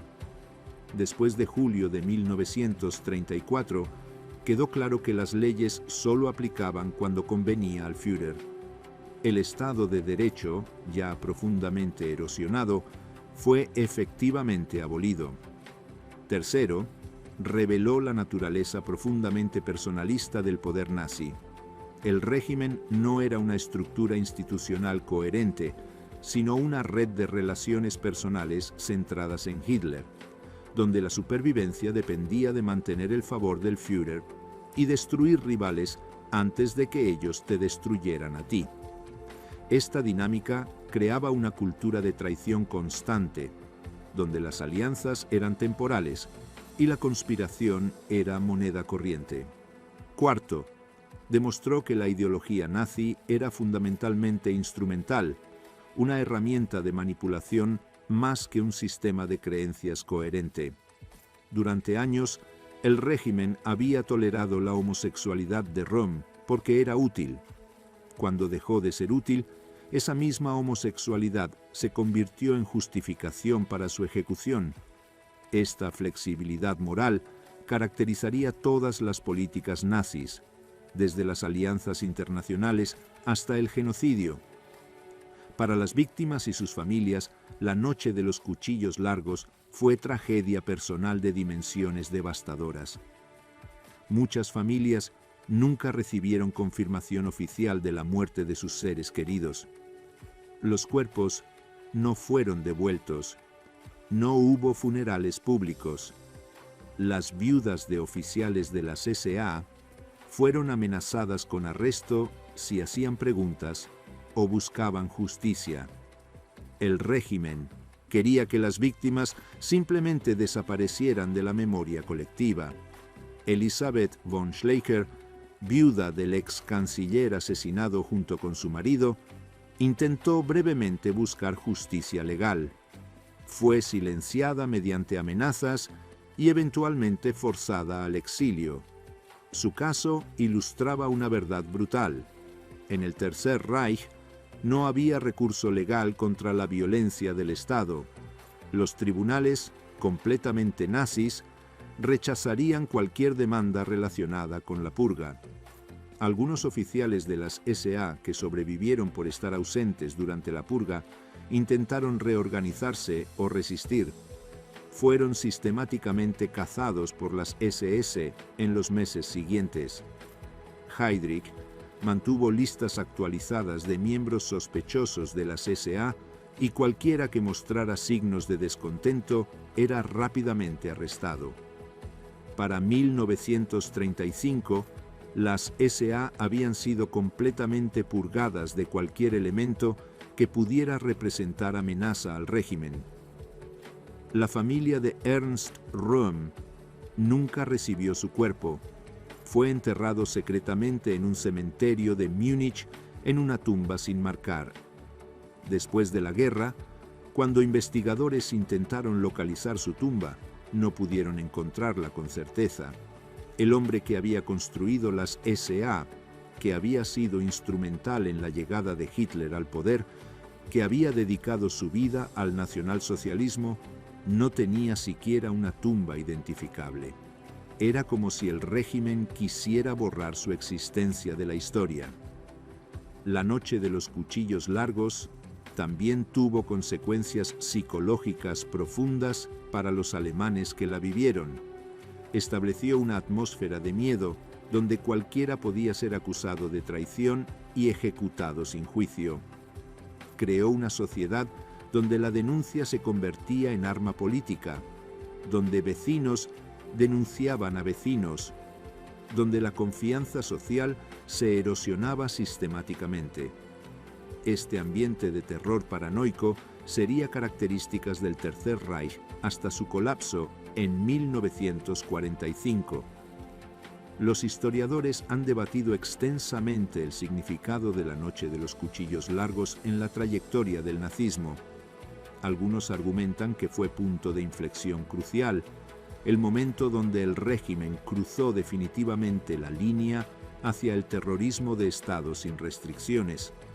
Otros sostienen que simplemente reveló lo que el nazismo había sido desde el principio, una ideología fundamentalmente violenta que siempre había estado dispuesta a usar cualquier medio para mantener el poder. Lo que es indiscutible es que la purga eliminó cualquier potencial de oposición interna significativa al régimen. Los conservadores que habían esperado moderar a Hitler desde dentro aprendieron que tal estrategia era imposible. Los militares que habían imaginado que podrían controlar al cabo austriaco descubrieron que habían vendido su alma por promesas vacías, y cualquier nazi que albergara dudas sobre el Führer entendió que expresarlas significaba muerte segura. La Segunda Guerra Mundial, que comenzaría apenas 5 años después, fue posible en parte porque la Noche de los Cuchillos Largos había consolidado el poder de Hitler tan completamente.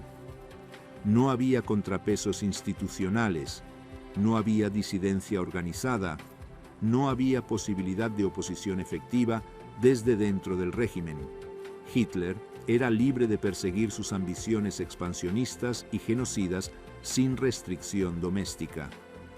El Holocausto, la culminación del mal nazi, también fue facilitado por los precedentes establecidos en julio de 1934.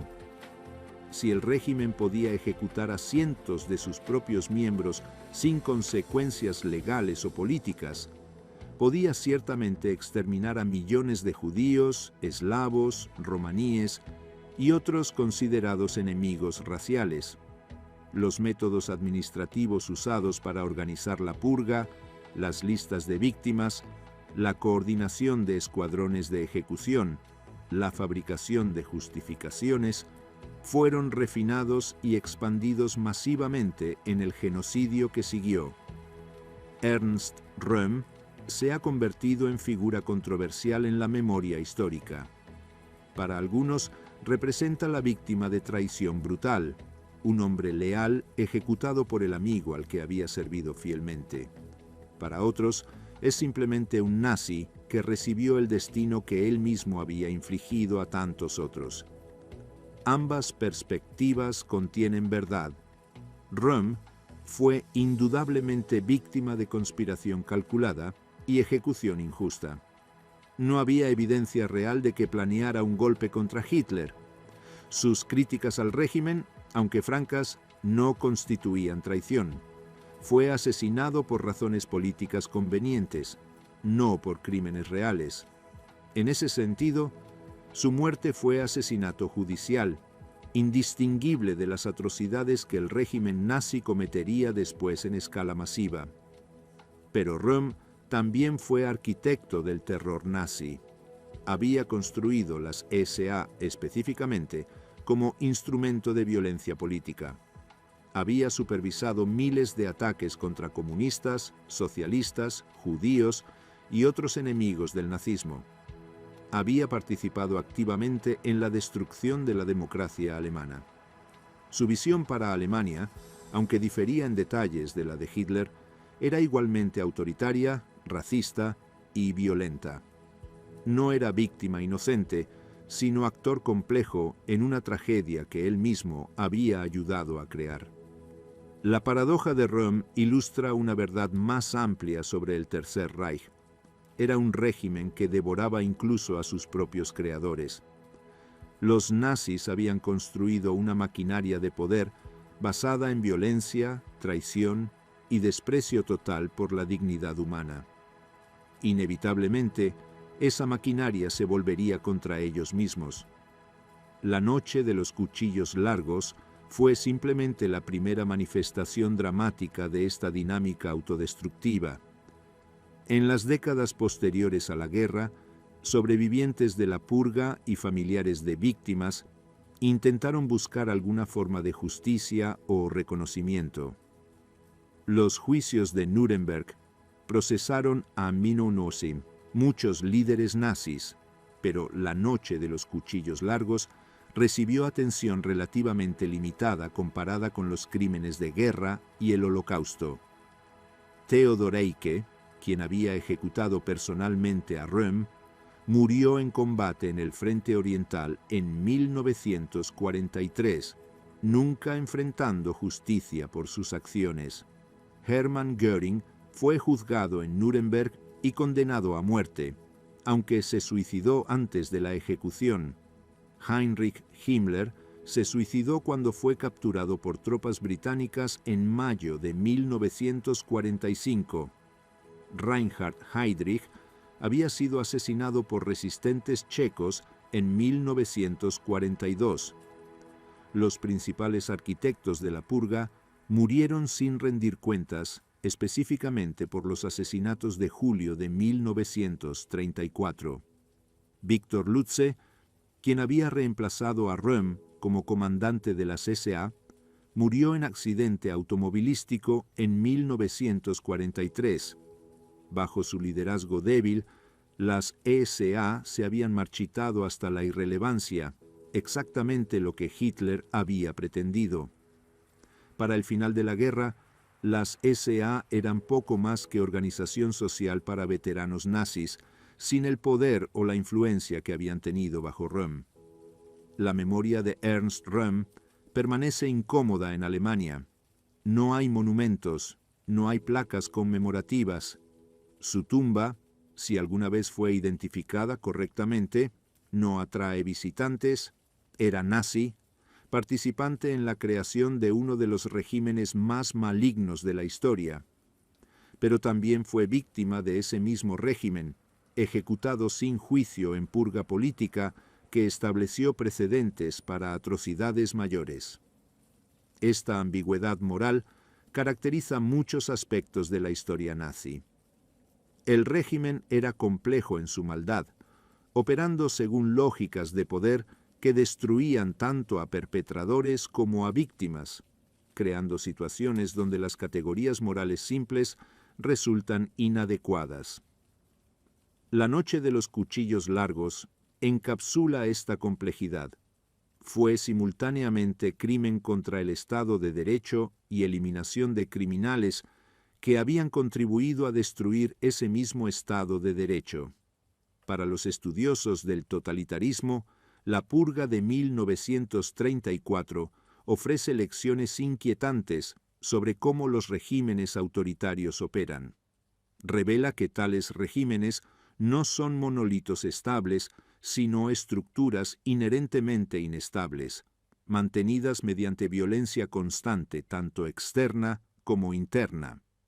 Demuestra que la lealtad personal no ofrece seguridad en sistemas donde el poder es personalista y arbitrario, y muestra cómo las élites políticas, en su competencia por influencia, pueden facilitar atrocidades mediante conspiración y manipulación. La noche de los cuchillos largos también ilustra peligros de normalización del autoritarismo. Cuando Hitler ordenó las ejecuciones, muchos alemanes ordinarios aceptaron la narrativa oficial sin cuestionarla. Confiaron en que el Führer tenía razones legítimas, que las víctimas debían ser culpables de algo. Esta credulidad, esta disposición a aceptar violencia estatal sin evidencia, facilitó atrocidades progresivamente mayores. Cada transgresión aceptada hacía la siguiente más fácil de normalizar.